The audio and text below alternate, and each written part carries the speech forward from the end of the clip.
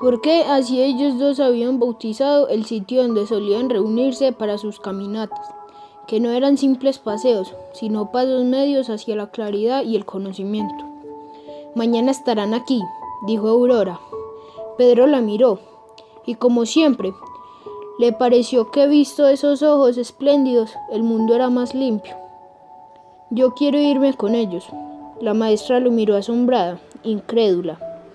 Pero si usted es solo un niño, por fuera, como quien dice en la cáscara, pero lo que hay por dentro de cada persona no lo conoce nadie.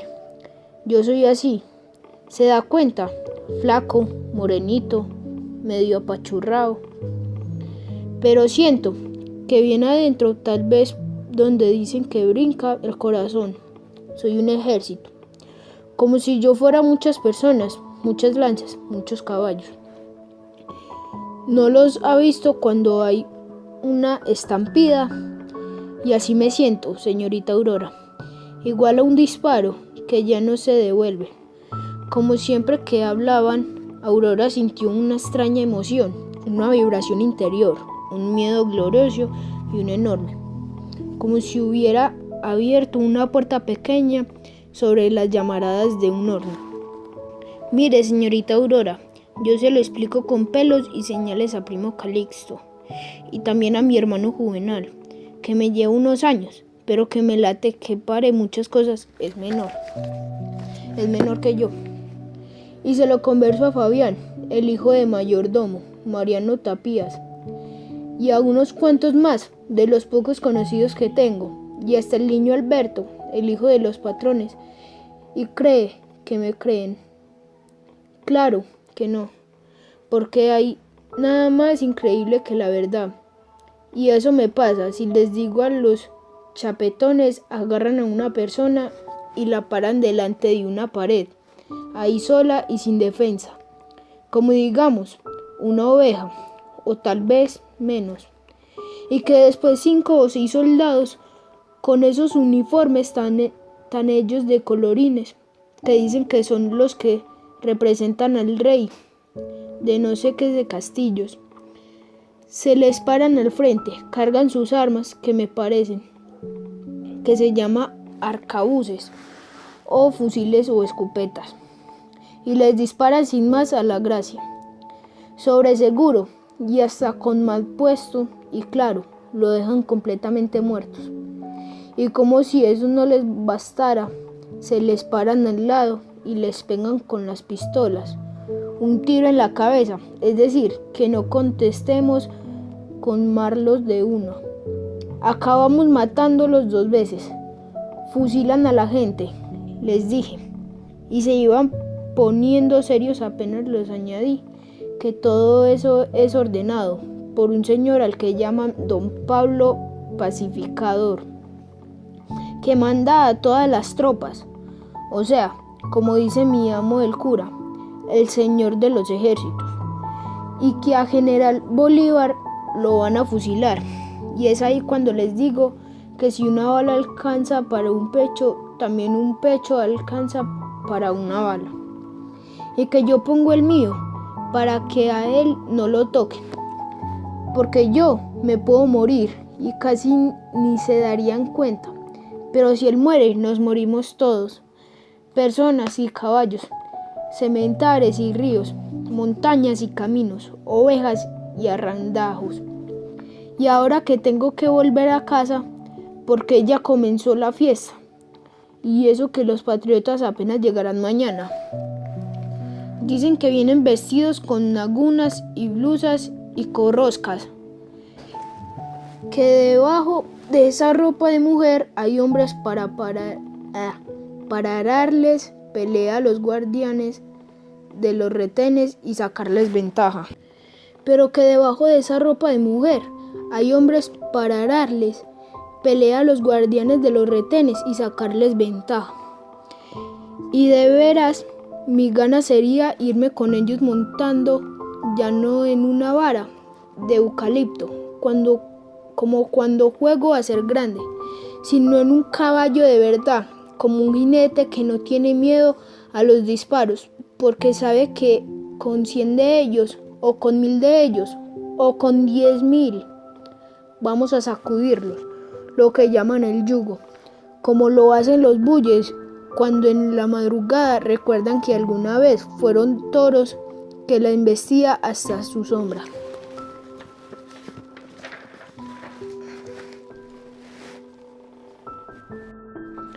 Estampa segunda. Aurora pintando el mundo. En el salón de la escuela, del que muchos se habían marchado una vez terminada la jornada de estudios, la profesora Aurora Montes oía a Pedro Pascasio. Para ella era sorprendente escuchar sus relatos y sus razones, y asomarse a su espíritu tan especial de niño extrañamente viejo. Le resultaba fatídicamente como si el fondo de un socavón sombrío sorprendiera de pronto la chispa de una esmeralda.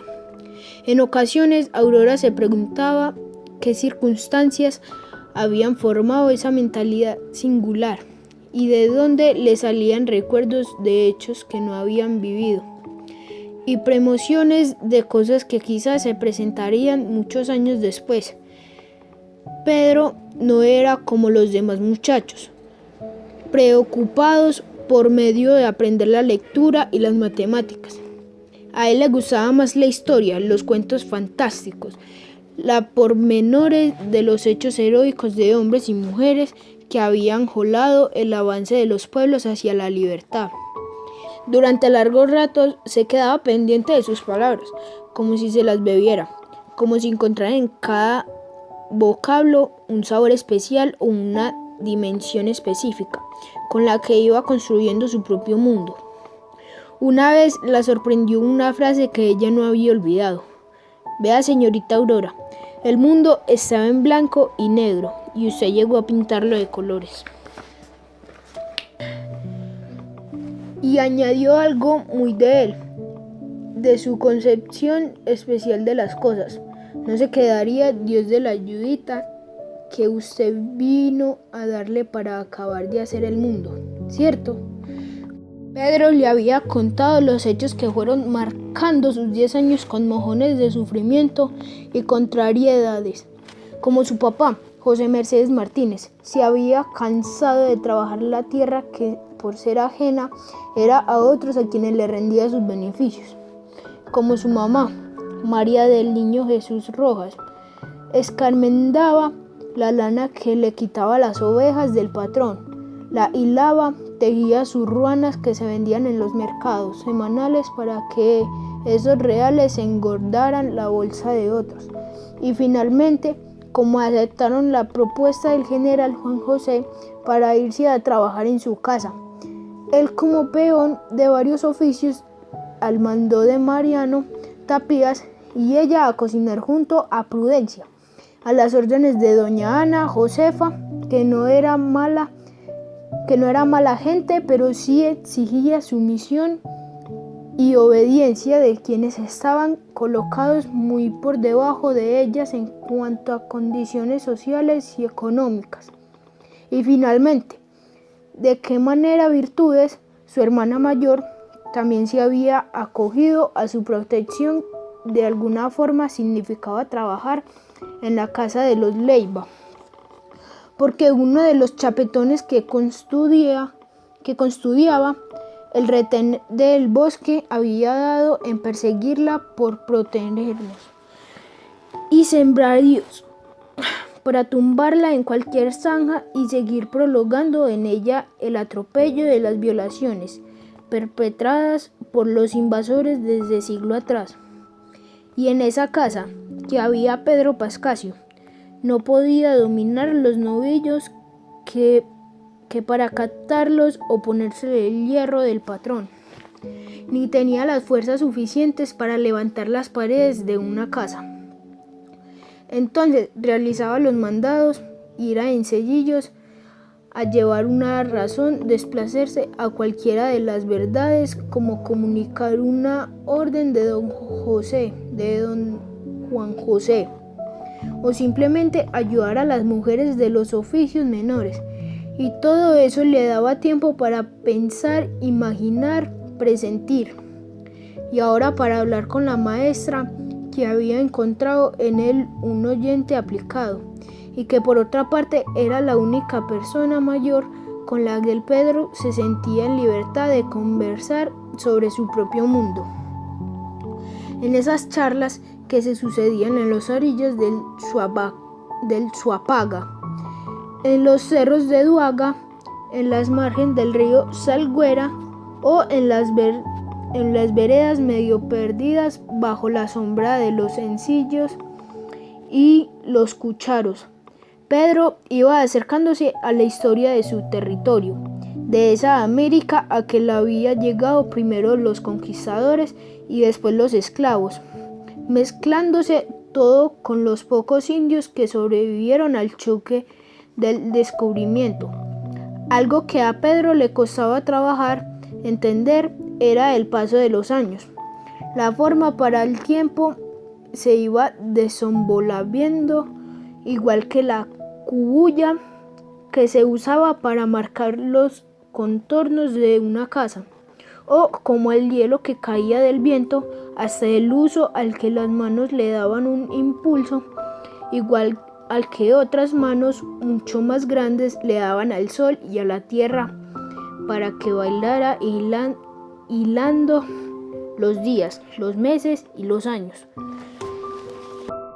La mayor parte de las veces Pedro la obligaba a devolverse años atrás, siglos antes, cuando la tierra estaba recién hecha, todavía imprecisa y bricona, con una cabra en esa niñez irresponsable cuando no respetaba las órbitas de los distintos astros, sino que podía darse trompicones con ellos, y de ahí iban bajando los dos hasta la llegada de las naves de otros territorios y diversos niveles de civilización, y luego del exterminio de un mundo empezaban a formar otro, remandando difícil e injusto, en el que se destacaban personas que de repente se pararon a pensar, a mirarse y a mirar a los demás, y a preguntarse si lo que estaba haciendo era vivir,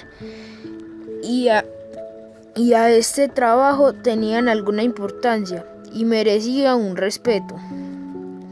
Y ahí llegaban a un tema que a los dos les gustaba, el de los comuneros, porque la señorita Aurora era devota de José Antonio Galán, y en reconstruir su historia demoraba con deleite, aunque a veces evocaba la injusticia y la brutalidad de sus martirios. Los ojos se llenaban de lágrimas.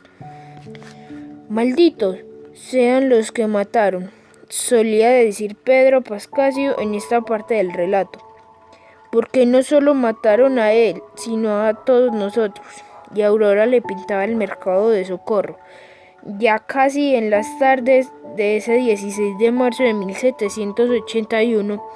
«Yo nací en ese mes y en ese año», le decía, «y por eso ahora ya tengo 39 años».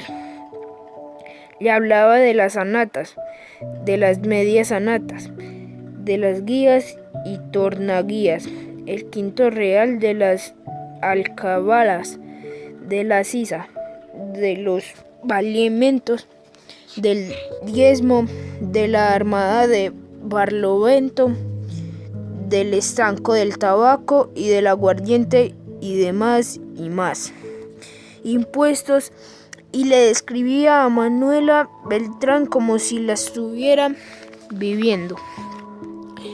Y de José Antonio hablaba lo mismo que si fuera su vecino o su conocido. Y Pedro Pascasio de nuevo se veía sus palabras para reconstruir la figura sencilla del héroe, y se metía dentro de sus razones para entender su rebeldía, y sentía en su pequeño cuerpo la fuerza de los caballos que tiraban hacia distintos puntos para descuartizarlo. Y lo peor, decían Pedro con los ojos de un color metálico, como si le ponían cuando miraba más allá del presente. Es que eso no servirá de nada. Tantos años después de ese 16 de marzo y seguimos en las mismas. Y muchos años adelante estaremos peor. Tragamos por las injusticias, las alcabalas y los impuestos cada vez más pobres y empollando como las gallinas los huevos de las violencias de la que no podría salvarnos nadie. Entonces Aurora lo miraba con creciente sorpresa y le acariciaba el cabello rebelde como si con las manos buscara borrarle las visiones dolorosas de ese futuro que no verían ninguno de los dos. Había madrugado a encaramarse en las tapias del solar de los Valderrama y luego de rasparse manos y rodillas contra la imperfección de la pared, se sintió en el caballete de teja como si fuera sobreviviéndose los vientos al lomo de un potro. Pero en el paisaje de potreros, de pastoreo y sementeras de maíz no se veía un alma.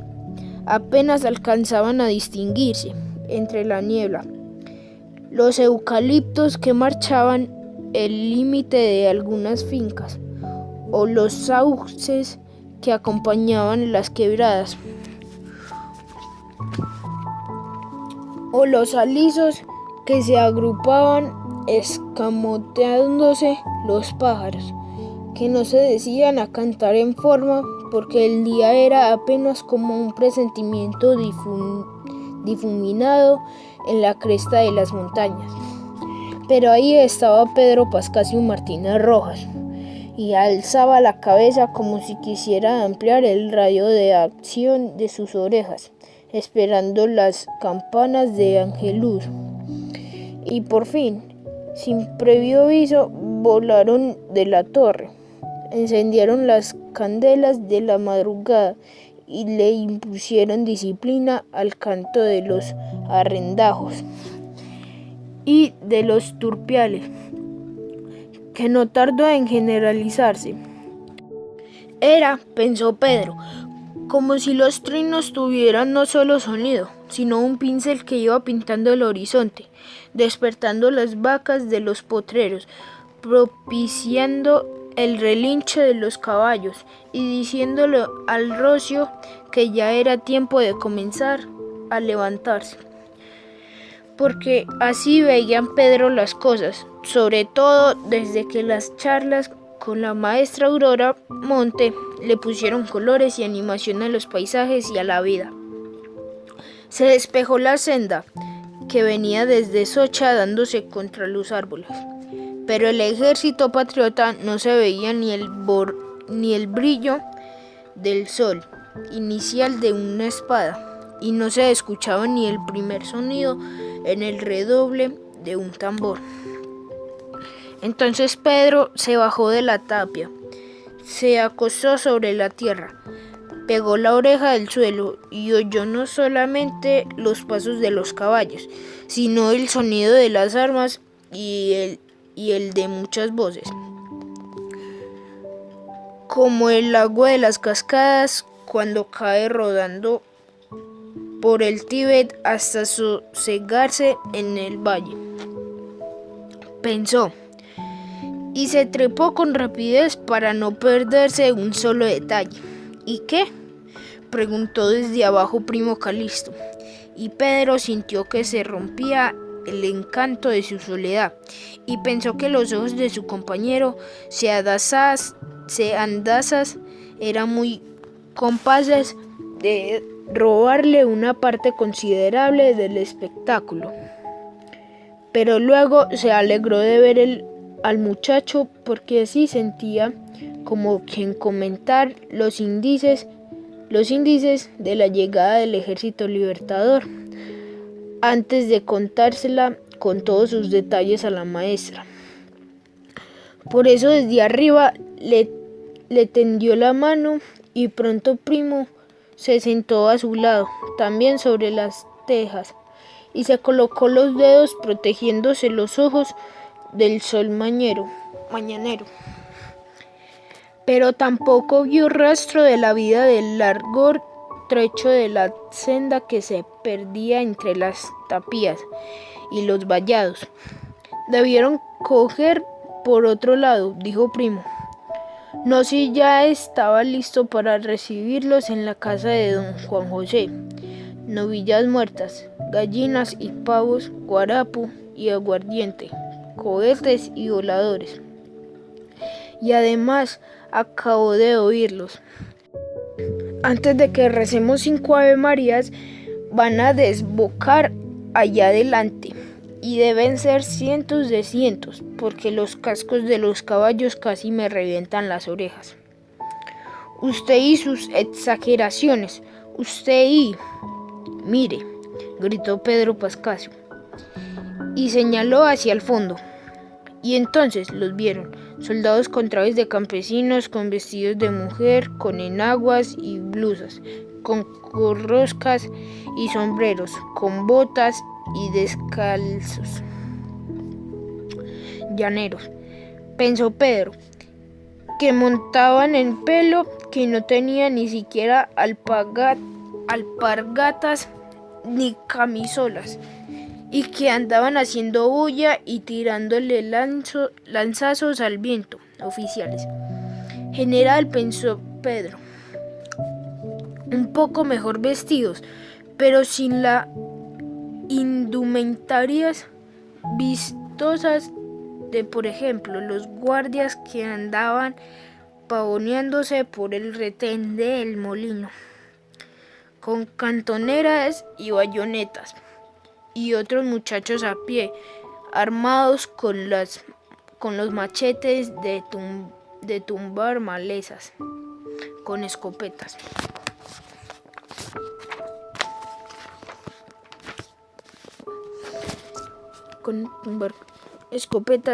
De cazar perdices, con garrotes y macanas. ¿Son lanzas improvisadas o solamente son los puños alzados?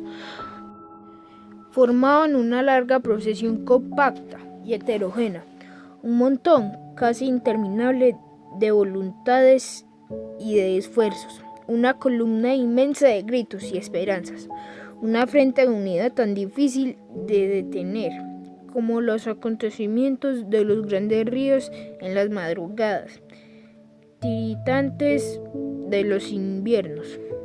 Los muchachos se quedaron sin voz, mirándolos pasar, oyéndolos gritar, saboreándolos con los ojos, hasta que de repente Pedro se paró sobre las tejas, abrió los brazos como si estuviera crucificándolo y gritó con una voz que había dejado su franqueza de niño y que no sonó como un clarín a lo largo de la fila interminable. ¡Viva mi general Bolívar! Y lo vio, como viera un ciego, el estallido del más despejado de los armeceres. Lo vio inmenso con sus sueños, gigantesco con su devolución, montando en el caballo que todavía conservaba el andar garboso, y el brío como se había metido en las batallas. Lo vio cuando agitó el aire de la mano y sintió que muy adentro, en ese lugar desconocido, donde se fabricaban los cuadernos de las memorias y donde le tenían impresas a una contra su voluntad, las premociones y las expectativas, algo se había roto para que algo más renaciera. Un rayo había caído sobre un árbol, para que no solo se escucharan los tambores inmensos de los truenos, sino para que el árbol prendiera como sus llamas todo el bosque de la esclavitud. Al fin de ahí se levantarán las luces incontenibles de la libertad. La noche estaba fría y nebulosa, pero la llovizna que estuvo suspendida sobre las calles de Belén se había marchado valle adelante y quizás había acabado por trepar hasta las alturas del Tíbet o los picachos de Ture. Del solar llegaba, muy a la sordina, del crepitar de las fogatas, o una copla que se quedaba sin terminar porque luego de iniciado el canto muchas voces reclamaba silencio.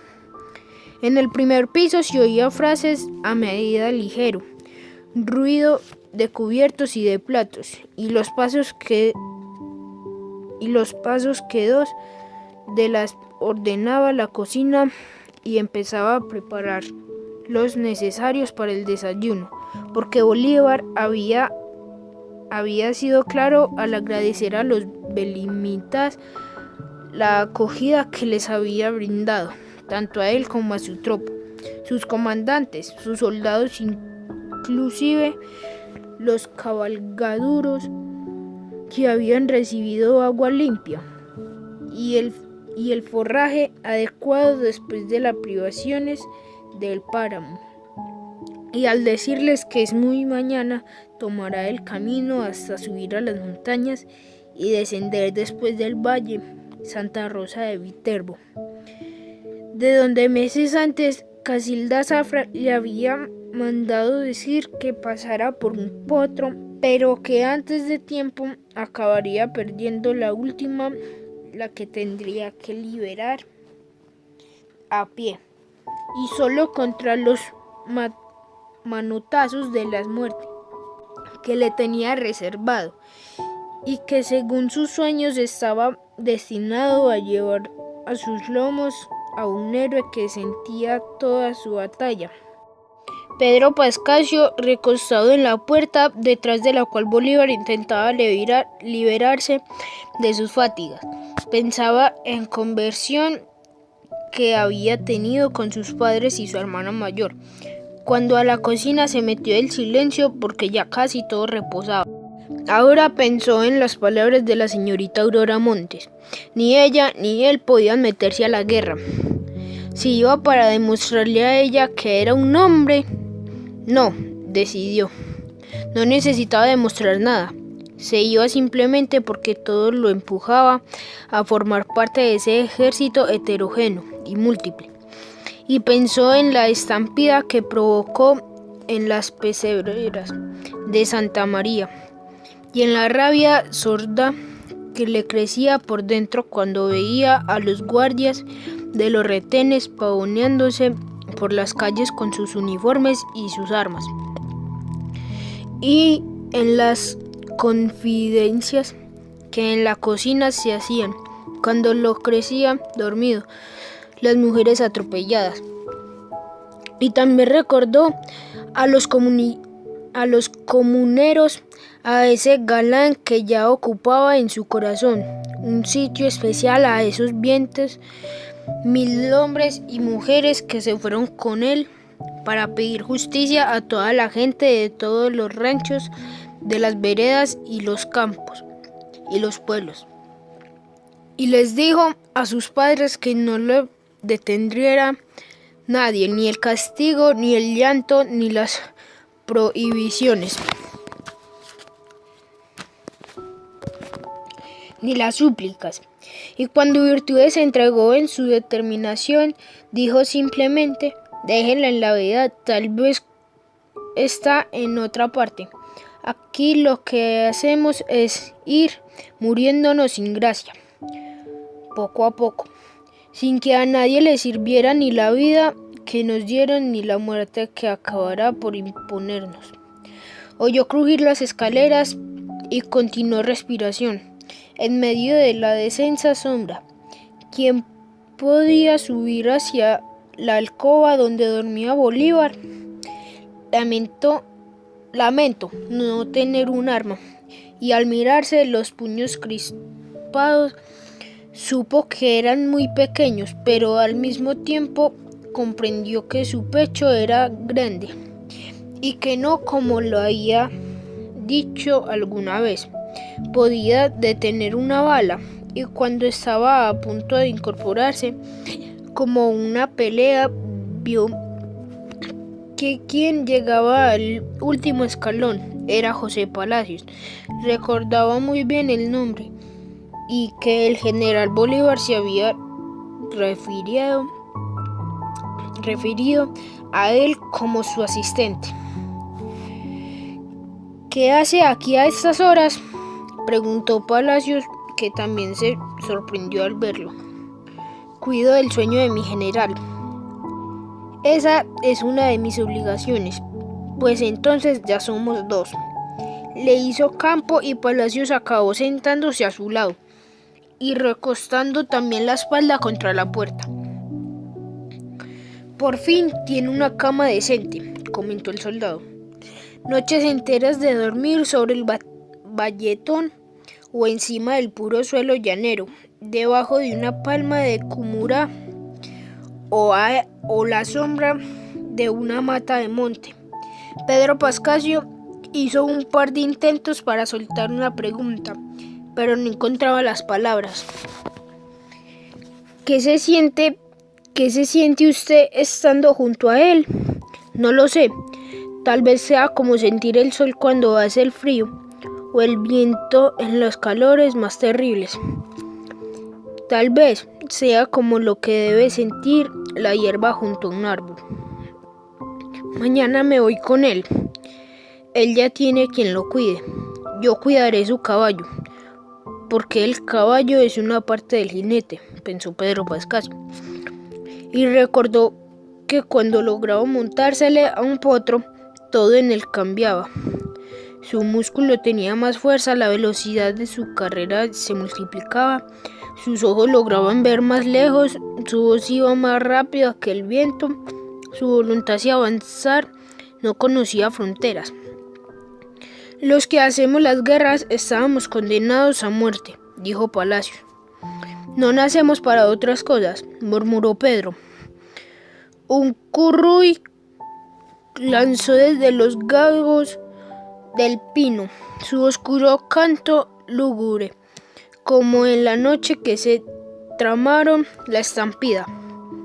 Alguien morirá antes del amanecer, comentó el asistente. La señorita Aurora dice que para morir no podemos escoger el día ni la hora, y en que la muerte no necesita llegar porque todos la llevemos dentro.